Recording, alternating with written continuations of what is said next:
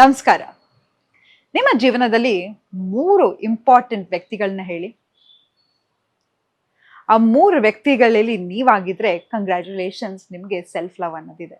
ಆದರೆ ಎಷ್ಟೋ ಸತಿ ನಾವು ಎಲ್ಲರನ್ನು ಪ್ರಯಾರಿಟೈಸ್ ಮಾಡ್ತೀವಿ. ನಮಗೆ 5 ನಿಮಿಷ ಸಿಕ್ಕಿದ್ರೆ ಏನು ಮಾಡ್ತೀವಿ ಇವಾಗ? ಫೇಸ್ಬುಕ್ಕನ್ನು ಸ್ಕ್ರೋಲ್ ಮಾಡ್ತೀವಿ, ರೀಲ್ಸ್ ನೋಡ್ತೀವಿ, ಇನ್ಸ್ಟಾಗ್ರಾಮ್ ನೋಡ್ತೀವಿ, ಇಲ್ಲ ಫೋನ್ ಮಾಡಿಬಿಟ್ಟು ಮಗ ಎಲ್ಲಿದೆಯಾ ಅಂತ ಕೇಳ್ತೀವಿ. ನಮ್ಮ ಜೊತೆ ನಮಗೆ ಕೂತ್ಕೊಂಡು 5 ನಿಮಿಷ ನಮ್ಗೇನು ಬೇಕು, ಏನು ನಮ್ಮ ಜೀವನದಲ್ಲಿ ಒಂದು ತೊಳಲಾಟ ಇದೆ, ಏನಿಲ್ಲ, ಏನನ್ನ ಮ್ಯಾನಿಫೆಸ್ಟ್ ಮಾಡಬೇಕು, ನನ್ನ ಜೀವನ ಹೇಗಿರಬೇಕು, ಅಥವಾ ನೀನು ಖುಷಿಯಾಗಿದ್ಯಾ ಅಂತ ಆದರೂ ನಿಮ್ಗೆ 1 ನಿಮಿಷ ಕೂತ್ಕೊಂಡು ಕೇಳ್ಕೊಂಡಿದ್ದೀರಾ? ಇಲ್ಲ ಅಲ್ವಾ? ಯಾರು ಫ್ರೆಂಡ್ಸ್ನ ಫಸ್ಟ್ ಕಾಲ್ ಮಾಡಿದ ತಕ್ಷಣ ಕೇಳ್ತೀವಿ, ಮಗ ಹೇಗಿದೆಯೋ ಅಂತ. ಆದರೆ ನಿಮ್ಮನ್ನು ನೀವು ಕೇಳ್ಕೊಳ್ಳೋದೇ ಇಲ್ಲ ಅಲ್ವಾ? ಸೊ ನಮ್ಮ ಜೊತೆ ನಮಗೆ ಹೇಗೆ ಕನೆಕ್ಷನ್ ಇರುತ್ತೋ ಹಾಗೆ ಎಲ್ಲರ ಜೊತೆ ಕನೆಕ್ಷನ್ ಇರುತ್ತೆ. ನಾನು ಯಾವಾಗಲೂ ಹೇಳ್ತಾ ಇರ್ತೀನಿ, ಒಂದು ಕಸದ ಡಬ್ಬನ ಓಪನ್ ಮಾಡಿದ್ರೆ ಕಸದ ಡಬ್ಬ ವಾಸನೆ ಬರುತ್ತೆ, ಒಂದು ಹೂವಿನ ಡಬ್ಬನ ಓಪನ್ ಮಾಡಿದ್ರೆ ಹೂ ವಾಸನೆ ಬರುತ್ತೆ. ನಮ್ಮಲ್ಲಿ ಏನಿರುತ್ತೋ ಅದನ್ನು ನಾವು ಎಲ್ರಿಗೂ ತೋರಿಸ್ತಾ ಹೋಗ್ತೀವಿ ಅಲ್ವಾ? ಅದಕ್ಕೆ ಹೇಳ್ತಿರ್ತೀನಿ ನಾನು, ಮಿರರ್ ರಿಲೇಶನ್ಶಿಪ್. ನಮ್ಮ ಜೊತೆ ನಮ್ಗೆ ಹೇಗೆ ಸಂಬಂಧ ಇರುತ್ತೋ ಹಾಗೆ ಆಚೆ ಎಲ್ಲರ ಜೊತೆ ಇರ್ತೀವಿ. ಆದರೆ ನಮಗೀಗ ಮೋಸ್ಟ್ ಇಂಪಾರ್ಟೆಂಟ್ ಏನಪ್ಪ ಅಂತ ಹೇಳಿದ್ರೆ ಕಾಮ್ ಆಗಿರೋದು, ಪೀಸ್ ಆಗಿರೋದು ಅಲ್ವಾ? ನೋಡಿ, ಹೆಲ್ತ್ ಇದ್ರೆ ಎಲ್ಲ ಇರುತ್ತೆ. ಯಾವಾಗ ಹೆಲ್ತ್ ಇರಲ್ವೋ ಎಲ್ಲವನ್ನು ನಮ್ಮ ಜೀವನದಲ್ಲಿ ಕಳ್ಕೊಂಡ್ಬಿಟ್ಟಿರ್ತೀವಿ. ಸೊ ಮೋಸ್ಟ್ ಇಂಪಾರ್ಟೆಂಟ್ ನಮ್ಗೆ ಏನಪ್ಪ ಅಂತ ಹೇಳಿದ್ರೆ health is real wealth. Okay, so ಮೊದಲನೇದಾಗಿ ಏನು ಮಾಡಬೇಕು ಅಂತ ಹೇಳಿದ್ರೆ, ಇವತ್ತು ನಾನು ನಿಮಗೆ ಒಂದು ಮೈಂಡ್ಫುಲ್ ಟೆಕ್ನಿಕನ್ನು ಹೇಳ್ಕೊಡ್ತಾ ಹೋಗ್ತೀನಿ. ಏನಪ್ಪ ಇದು ಅಂತ ಹೇಳಿದ್ರೆ MCBT ಅಂತ ಹೇಳ್ತೀವಿ, ಮೈಂಡ್ಫುಲ್ ಕಾಗ್ನೇಟಿವ್ ಬಿಹೇವಿಯರಲ್ ಥೆರಪಿ. ಇದರ ಹೆಸರು ಬಂದ್ಬಿಟ್ಟು ರೇನ್ ಅಂತ. ರೇನ್ ಅಂತ ಹೇಳಿದ್ರೆ ಮಳೆ ಅಂತ ಅಲ್ವಾ? ರೇನ್ ಅಂತ ಹೇಳಿದ್ರೆ ಏನ್ ಮಾಡ್ಬೇಕು ಅಂತ ಹೇಳಿದ್ರೆ, ಮೊದಲನೇದಾಗಿ ಏನಪ್ಪಾ ಅಂತ ಹೇಳಿದ್ರೆ, ಇದನ್ನ ನೀವು ಯಾವಾಗ್ಲಾದ್ರು ವಾರಕ್ಕೊಂದ್ಸತಿ ಈ ಎಕ್ಸಸೈಸ್ ಅನ್ನ ಮಾಡಿ.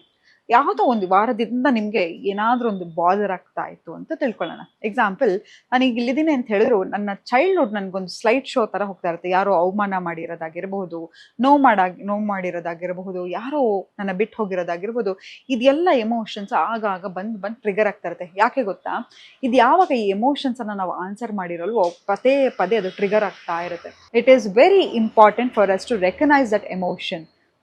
ನಂತರ ಏನು ಮಾಡಬೇಕು ಅಂತ ಹೇಳಿದ್ರೆ, ಯಾವುದೇ ಎಮೋಷನ್ ಬಂದಾಗ ನಾವು ಅದನ್ನು ಅಲೋ ಮಾಡಬೇಕು. ಎಷ್ಟೋ ಸತಿ ನಾವೇನು ಮಾಡ್ತೀವಿ, ಯಾವುದೋ ಒಂದು ಯೋಚನೆ ಬರುತ್ತೆ, ನನ್ನ ಬಾಲ್ಯದಲ್ಲಿ ಆಗಿರ್ತಕ್ಕಂಥ ಏನೋ ಒಂದು ಘಟನೆ ಆಗಿರ್ಬೋದು, ಅಥವಾ ನನ್ನ ಸಂಗಾತಿ ಏನೋ ಹೇಳಿರೋದಾಗಿರ್ಬೋದು, ನನ್ನ ಫ್ರೆಂಡ್ಸ್ ಏನೋ ಇದಾಗಿರ್ಬೋದು. ಬಿಟ್ಟಾಕಪ್ಪ, ಅದ್ರ ಬಗ್ಗೆ ಯೋಚನೆ ಮಾಡೋದು ಬೇಡ ಅಂತ ಹೇಳ್ಬಿಟ್ಟು ನಾವು ಆ ಎಮೋಷನನ್ನು ಅಡ್ರೆಸ್ಸೇ ಮಾಡೋಕ್ಕೆ ಹೋಗಲ್ಲ.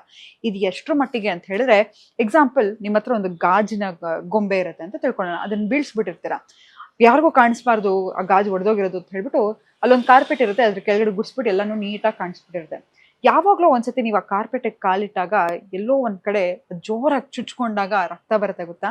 ಹಾಗೆ ನಿಮ್ಮ ಎಮೋಷನ್ಸ್ ಯಾವತ್ತೂ ತಿಳ್ಕೊಳ್ಳಿ, ನಿಮ್ಮ ಪ್ರತಿಯೊಂದು ಎಮೋಷನ್ನು ಅದು ಅಡ್ರೆಸ್ ಆಗಿಲ್ಲ ಅಂತ ಹೇಳಿದ್ರೆ ಹೈಯೆಸ್ಟ್ ಇಂಟೆನ್ಸಿಟಿಲಿ ಬರುತ್ತೆ. ಈಗ ಒಂದು ಪೈಪಲ್ಲಿ ನೀರು ಹೋಗ್ತಾ ಇರುತ್ತೆ, ಅದನ್ನ ಇಟ್ಕೊಳ್ಳಿ ಒಂದು 5 ನಿಮಿಷ, ಬಿಟ್ಟಾಗ ಎಷ್ಟು ಜೋರಾಗಿ ರಭಸದಲ್ಲಿ ನೀರು ಬರುತ್ತಲ್ಲ, ಹಾಗೆ ನಿಮ್ಮ ಎಮೋಷನ್ಸ್.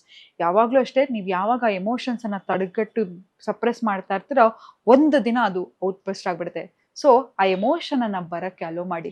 ಯಾವ ಬಾಡಿ ಪಾರ್ಟಲ್ಲಿ ಎಮೋಷನ್ ಬರ್ತಾ ಇದೆ ಅನ್ನೋದನ್ನು ನೀವು ಫೀಲ್ ಮಾಡ್ತಾ ಹೋಗಿ, ಮತ್ತೆ ಅದನ್ನು ಬರೀರಿ. ಯಾವ ಎಮೋಷನ್ ಇರುತ್ತೋ ಅದನ್ನು ಬರೆದು ಸುಟ್ಟುಬಿಡಿ. ಯಾಕಂತ ಹೇಳಿದ್ರೆ ನಿಮ್ಮ ಸುಪ್ತ ಮನಸ್ಸಲ್ಲಿ ಏನಿರುತ್ತೋ ಅದು ಎಲ್ಲವೂ ಕಾನ್ಷಿಯಸ್ ಮೈಂಡಿಗೆ ಬಂದು ನೀವು ಸುಟ್ಟಾಗ ಅದು ಲಿಬರೇಟ್ ಆಗಿ ಹೋಗುತ್ತೆ. ನಂತರ ಇನ್ವೆಸ್ಟಿಗೇಟ್, ಯಾಕೆ ನನಗೆ ಹೀಗೆ ಫೀಲ್ ಆಗ್ತಾ ಇದೆ, ನನಗೇನು ಕಡಿಮೆ ಆಗಿದೆ, ಎಲ್ಲೋ ಒಂದು ಕಡೆ ಇದು ನನ್ನ ಬಾಲ್ಯದ ಥಾಟಾ, ನನ್ನ ಪ್ರೀವಿಯಸ್ ರಿಲೇಷನ್ಶಿಪ್ ಥಾಟಾ, ಅಥವಾ ನನ್ನ ಯಾವುದಾದ್ರೂ ಒಂದು ಪ್ಯಾಟ್ರನ್ನನ್ನು ನಾನು ಫಾಲೋ ಮಾಡ್ತಾ ಇದ್ದೀನ.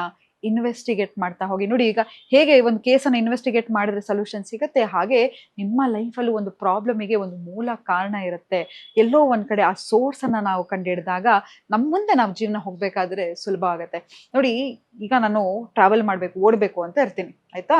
ಮುಂದೆ ಜೀವನದಲ್ಲಿ ಹಾರಬೇಕು ಅಂತ ಇರ್ತೀನಿ. ಒಂದಿಷ್ಟು ನನ್ನ ಬ್ಯಾಗು ಭಾರ ಇದ್ದರೆ ಮುಂದೆ ಹೋಗೋಕ್ಕೆ ಸಾಧ್ಯನಾ?